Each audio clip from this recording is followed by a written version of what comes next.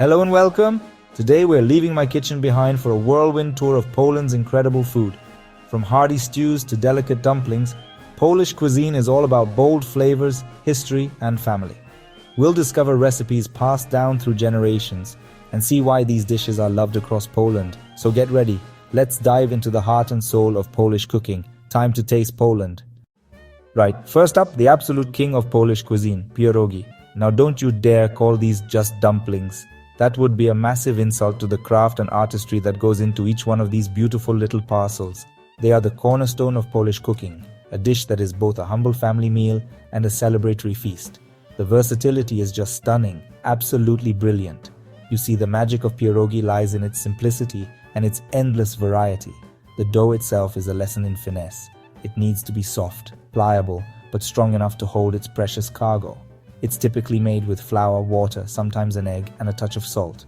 Rolling it out to the perfect thickness, not too thick, not too thin, is a skill passed down through generations. It's about feel, it's about touch, it's about understanding the ingredients. Now let's talk about the fillings, because this is where the real creativity comes alive.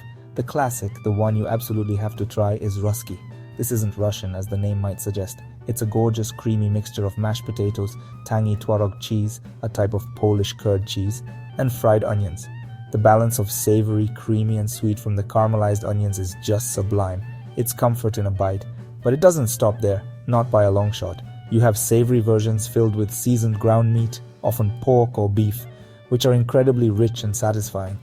Then there's the fantastic combination of sauerkraut and wild mushrooms, a filling that is earthy, tangy, and deeply aromatic. It screams of Polish forests and ancient traditions. Every family has their own secret recipe, their own little twist. And let's not forget the sweet versions, you donuts. For dessert, you can find pierogi stuffed with sweet farmer's cheese, often served with a dollop of sour cream and a sprinkle of sugar. Or, when they're in season, they're filled with fresh fruits like blueberries, strawberries, or cherries. The burst of sweet tart fruit inside the soft dough is just a work of genius. It's a dessert that isn't cloyingly sweet, but perfectly balanced. The preparation is just as important as the filling. After these little beauties are carefully sealed, they are first boiled until they float to the surface. This cooks the dough perfectly, making it tender and delicate. But for me, the real magic happens next. You take them out, let them dry for a moment, and then pan fry them in butter until they are golden brown and crispy on the outside. That contrast in texture is what elevates them from good to absolutely breathtaking. You get the soft, yielding dough on one side and a crispy, buttery crust on the other. It's a textural masterpiece, and you must, I repeat, you must serve them with the right accompaniments. For the savory ones, it's all about a generous dollop of sour cream, or even better, crispy fried bacon bits and more caramelized onions. This isn't fast food, this is food made with patience and love. The process of making pierogi is often a family affair, with everyone gathered around the table, chatting, laughing, and folding hundreds of these little pockets of joy. It's a tradition that binds people together, a ritual that is as important as the meal itself. It's about creating memories. So when you eat a pierogi, you're not just eating a dumpling. You're tasting a piece of Polish culture. You're experiencing a tradition that has been cherished for centuries. It's a dish that can be a simple lunch, a hearty dinner, or a festive treat. It represents the resourcefulness and the heart of Polish cuisine. They are, without a doubt, a perfect introduction to the flavors of Poland. Whether you prefer them savory or sweet, boiled or fried, they offer a taste experience that is both comforting and incredibly delicious. They are a testament to the fact that sometimes the most simple-looking dishes are the most profound. So next time you see pierogi on a menu, don't just walk past it. Order them, savor them, appreciate the work that went into them. Understand that you are eating something truly special, a dish that is loved by an entire nation for a very, very good reason. They are quite simply stunning. Now let's move on to something with some serious character, a dish that is the epitome of hearty, rustic cooking. I'm talking about Bigos, often called the hunter's stew. And let me tell you, this is not a dish for the faint-hearted. This is a complex, deeply savory, slow-cooked masterpiece that takes time, patience, and a whole lot of love to get right. It's a culinary hug in a bowl. The foundation of any proper Bigos is cabbage. But not just one type, you amateurs. The secret to a truly exceptional Bigos is the combination of fresh, shredded white cabbage and sauerkraut.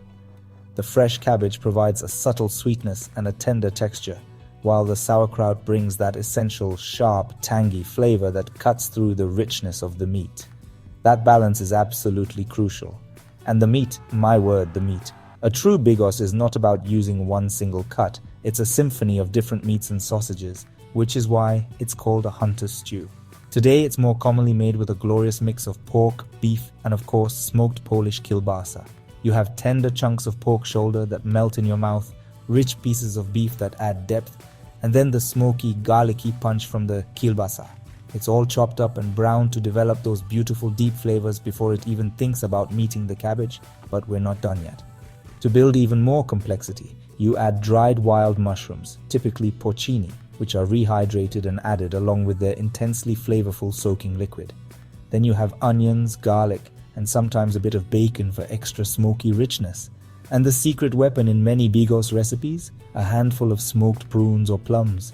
The sweetness of the prunes is the perfect counterpoint to the sourness of the sauerkraut and the saltiness of the meats.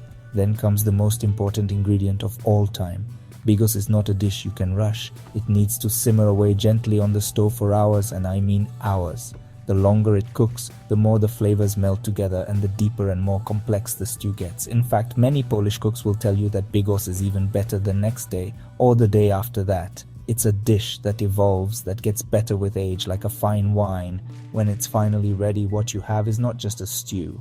You have a thick, rich, aromatic medley of textures and tastes. It's smoky, it's sour, it's slightly sweet, and it's intensely savory. Every spoonful is a discovery. A tender piece of meat, a strand of tangy sauerkraut, a sliver of earthy mushroom. It's typically served very simply, perhaps with a side of rustic rye bread to mop up every last drop of the incredible sauce. So, if you ever get the chance to try authentic slow-cooked bigos, you must seize it. It is the soul of Polish rustic cuisine. It is, without a shadow of a doubt, one of the world's greatest stews. Absolutely stunning. Alright, let's talk about soup. But this isn't just any soup. This is Zurek, a sour rice soup that is one of the most unique and iconic dishes in all of Polish cuisine. The first time you taste it, it might surprise you. It's tangy, it's savory, and it has a flavor profile that is completely its own. It's a bold, beautiful soup with a serious personality. The secret to Zurek, the very heart and soul of the dish, is something called zakwas. Zakwas is a fermented rye starter, similar in principle to a sourdough starter. It's made by simply combining rye flour and water with some flavorings like garlic and allspice, and then leaving it to ferment for several days. This process creates a liquid that is wonderfully sour and tangy, and this is the base of the soup. Making your own zakwas is a labor of love, but it's what gives Zurek its authentic, unmistakable flavor. You can buy it in bottles in Polish delis, but there's nothing quite like the homemade stuff. That natural fermentation process is what creates the complex acidity that defines this soup. It's a taste of ancient Slavic tradition, a technique that has been used for centuries. Once you have your precious zakwas, you build the soup. It's typically a meat-based broth, often made from simmering smoked bacon or ribs to create a rich, smoky foundation. Into this broth, you pour the zakwas, and the magic starts to happen. The soup immediately takes on its characteristic sourness and a cloudy, whitish appearance. It's a transformation that is fascinating to watch. But a great Zurek needs more than just a sour base. It's all about the additions, the delicious treasures you find within the bowl. The most classic and essential addition is biała kielbasa, or white sausage. This is a fresh, uncured Polish sausage typically made from pork and seasoned with marjoram and garlic. It's gently poached in the soup, infusing it with its flavor and becoming incredibly tender. And then there's the egg. A hard-boiled egg, halved or quartered, is almost always served in a bowl of Zurek. The creamy, rich yolk is the perfect foil for the sourness of the soup. It adds a wonderful richness and a textural contrast that just works beautifully. The combination of the tangy broth, the savory sausage, and the creamy egg is just a masterstroke of culinary balance. You'll also find potatoes in most versions of Zurek. The potatoes are cooked in the soup until they are soft and tender, and they absorb all of those beautiful, complex flavors. They add substance to the soup, making it a truly hearty and satisfying meal, not just a light starter. It's a one-bowl wonder that can easily serve as a main course. The seasoning is also key. A generous amount of marjoram is almost always used, its sweet floral aroma perfectly complementing the smoked meat and the sour rye. You'll also find garlic, horseradish for a bit of a kick, and sometimes a dollop of cream or sour cream is stirred in at the end to add a touch of richness and temper the sourness just a little bit. Traditionally, Zurek is an Easter soup, a dish that marks the end of Lent, but it's so beloved that it's eaten all year round, and for a truly spectacular presentation, it's sometimes served in a hollowed-out bread bowl. You eat the soup, and then you eat the bowl that has soaked up all the delicious, tangy broth. It's an edible work of art, an experience in itself. This soup is a perfect example of the Polish ability to create incredible flavor from humble ingredients. Fermented rye flour, smoked sausage, potatoes, and an egg. It doesn't sound revolutionary, but when combined with care and tradition, it becomes something truly extraordinary. It's a soup that challenges your palate in the best possible way. So if you're an adventurous eater, if you love bold and unique flavors, then you absolutely must seek out Zurek. Don't be put off by the sour description. Think of it as a complex, savory tang that awakens your taste buds. It's a true taste of Poland, a soup with a history, a soup with a soul. It's a delicious, unforgettable experience. Brilliant. Right, let's get back to basics. Let's talk about the humble potato. In Poland, the potato is not just a side dish, it's a hero, and there is no better example of its star power than plaki ziemniaczane, which are quite simply Polish potato pancakes. But don't you dare think these are just some greasy, limp hash browns. No, no, no. When made correctly, these are a thing of beauty. The secret to a perfect plaka, that's the singular, is the texture. You are aiming for the holy grail, a pancake that is incredibly crispy and golden brown on the outside, while remaining soft, fluffy and tender on the inside. Achieving that contrast is an art form. It's all about getting the details right, from the grating of the potatoes to the temperature of the oil. First, the potatoes. You need starchy potatoes like russets. They are grated, and this is a point of debate in many Polish households. Fine grate or coarse grate. A fine grate gives you a more uniform, delicate pancake, while a coarse grate results in a lacier, arguably crispier pancake with more texture. Personally, I like a mix of both to get the best of both worlds. Once the potatoes are grated, you have to work fast. They will start to oxidize and turn brown, so speed is of the essence. The grated potatoes are mixed with a bit of finely chopped onion, an egg to bind everything together, and a tablespoon or two of flour to help absorb excess moisture. Seasoning is simple but crucial. Salt and pepper. That's it. You let the ingredients shine. Now here is the most important step, and if you get this wrong, you'll end up with a soggy, greasy mess. You must squeeze out as much liquid as possible from the potato mixture. You can put it in a colander and press down hard, or even better, wrap it in a clean tea towel and wring it out like you mean it. A dry mixture is a crispy pancake. A wet mixture is a disaster. Remember that. Then it's time for frying. You need a good amount of neutral oil, or even better, clarified butter or lard in a heavy bottom skillet. The fat needs to be hot, but not smoking. You drop spoonfuls of the mixture into the hot fat and flatten them slightly with the back of the spoon. You're looking for thin, lacy-edged pancakes, not thick, heavy patties. You fry them for a few minutes on each side until they are a deep, gorgeous golden brown. You'll hear that sizzle, and the smell of frying potatoes and onions will fill your kitchen. It's one of the best smells in the world. Once they are perfectly crispy, you remove them from the pan and let them drain on a wire rack, not on paper towels. A wire rack keeps them crispy all around. So how do you serve these golden discs of deliciousness? The simplest and most classic way is with a generous dollop of sour cream. The cool, tangy cream is the perfect partner for the hot, crispy, savory pancake. Some people also like to sprinkle them with a little bit of sugar, which creates a wonderful sweet and savory combination. But for a truly hearty meal, you can serve plaki ziemniaczane as a base for something more substantial. A popular dish is placek po węgiersku, or Hungarian-style pancake. This is a large potato pancake folded over a rich beef goulash. The pancake soaks up the savory sauce of the stew, and it is just an unbelievably satisfying and decadent meal. These pancakes are the ultimate comfort food. They are a reminder that you don't need fancy, expensive ingredients to create something truly delicious. All you need is a few potatoes, an onion, and a bit of technique. They are a staple in every Polish home, a dish that is loved by children and adults alike. So forget those frozen hash browns you buy in the supermarket. Take the time to make plaki ziemniaczane from scratch. Grate the potatoes, squeeze them dry, and fry them until they are perfectly golden and crispy. Serve them hot, straight from the pan, and I promise you, you will understand why this simple dish is so deeply loved. It's honest, it's delicious, and it's potato perfection. Finally, we arrive at another masterpiece of Polish comfort food, a dish whose name literally means little pigeons. Don't worry, no pigeons are harmed in the making of this dish. I'm talking about golabki, or stuffed cabbage rolls. This is a dish that you will find variations of all across Eastern and Central Europe, but the Polish version is, for me, a true classic. The concept is simple but brilliant. You take tender cabbage leaves and use them as a wrapper for a delicious savory filling. It's a clever way to turn humble ingredients into an elegant and incredibly satisfying meal. The preparation takes a bit of effort, but the result is a dish that is bursting with flavor and steeped in tradition. It's proper home cooking at its finest. It all starts with the cabbage. You need a large head of white cabbage. The outer leaves are carefully removed and then the whole head is blanched in boiling water. This process softens the leaves, making them pliable and easy to roll without tearing. It's a delicate operation. You want them soft enough to fold but not so soft that they turn to mush. It's a fine balance. Next, the filling. The traditional filling for golabki is a mixture of ground meat, usually pork or a mix of pork and beef, and cooked rice or sometimes barley. The meat and rice are seasoned beautifully with sautéed onions, garlic and herbs like marjoram or parsley. This mixture is the flavor engine of the dish. It needs to be well seasoned and moist. Then comes the assembly, the part that requires a bit of patience and dexterity.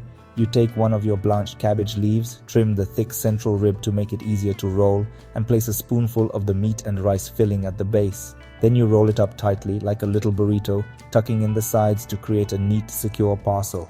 It's a craft, and each one is a little package of love. Once all your little pigeons are rolled, they are not just thrown into a pot. No, they are arranged snugly in a large, heavy-bottomed pot or Dutch oven. Often the bottom of the pot is lined with any leftover or torn cabbage leaves to prevent the rolls from sticking and burning. This is smart cooking, using every part of the ingredient. Now for the sauce, which is just as important as the rolls themselves. The golabki are simmered, not boiled, in a savory sauce that infuses them with even more flavor. The most common sauce is a tomato-based one, often made from tomato puree or crushed tomatoes, water or broth, and seasoned with salt, pepper, and maybe a touch of sugar to balance the acidity. The rolls are then covered and left to simmer gently on a low heat for at least an hour or until the cabbage is incredibly tender and the filling is cooked through. During this slow cooking process, the flavors all meld together. The cabbage becomes sweet and succulent, the filling becomes moist and flavorful, and the sauce becomes rich and delicious. It's a beautiful, slow transformation. Some variations of the recipe call for a different kind of sauce. You might find golabki served with a creamy mushroom sauce, which is earthy, rich, and absolutely divine. This version is particularly popular in the forest regions of Poland, where wild mushrooms are abundant. It's a more decadent but equally delicious take on the classic. When they are ready, they are served hot, often with the delicious tomato sauce spooned generously over the top. They are a complete meal in themselves, but they can be served with a side of boiled potatoes or some good bread to soak up that wonderful sauce. It's a dish that is both rustic and elegant, comforting and impressive. Golabki are a fixture at family gatherings, holidays and celebrations in Poland. Like pierogi, making them is often a communal activity, a chance to share stories and pass down recipes from one generation to the next. They represent the heart of Polish home cooking, resourceful, flavorful, and made with an abundance of care. They are, quite simply, delicious little parcels of joy. So there you have it, 5 absolute titans of Polish cuisine. From the delicate artistry of pierogi and golabki to the bold, rustic heart of Bigos and Zurek and the simple, crispy perfection of plaki ziemniaksan. This has been just a glimpse into the incredible depth and flavor of Poland's culinary heritage. This is food with soul, food with history, and most importantly, food that is bloody delicious. I hope you've seen the passion and the craft that goes into every single one of these dishes. Now the challenge goes to you. Don't just watch me talk about it, get out there and experience it for yourselves. Find a local Polish restaurant and order something new. Better yet, get in your own kitchen and try making one of these dishes. Find a recipe, be brave, and give it a go. I promise you, the reward of tasting your own homemade pierogi or a slow-cooked bigos is absolutely immense. Food is about sharing and experiencing, so go on, create your own Polish feast. Thank you so much for joining me on this incredible culinary journey through Poland. It has been a real pleasure to share these amazing dishes with you. If you enjoyed this video and want to join me on more adventures around the world, then do me a favor. Hit that subscribe button, ring the bell so you don't miss a thing, and leave me a comment below telling me which Polish dish you're going to try first. Until next time, happy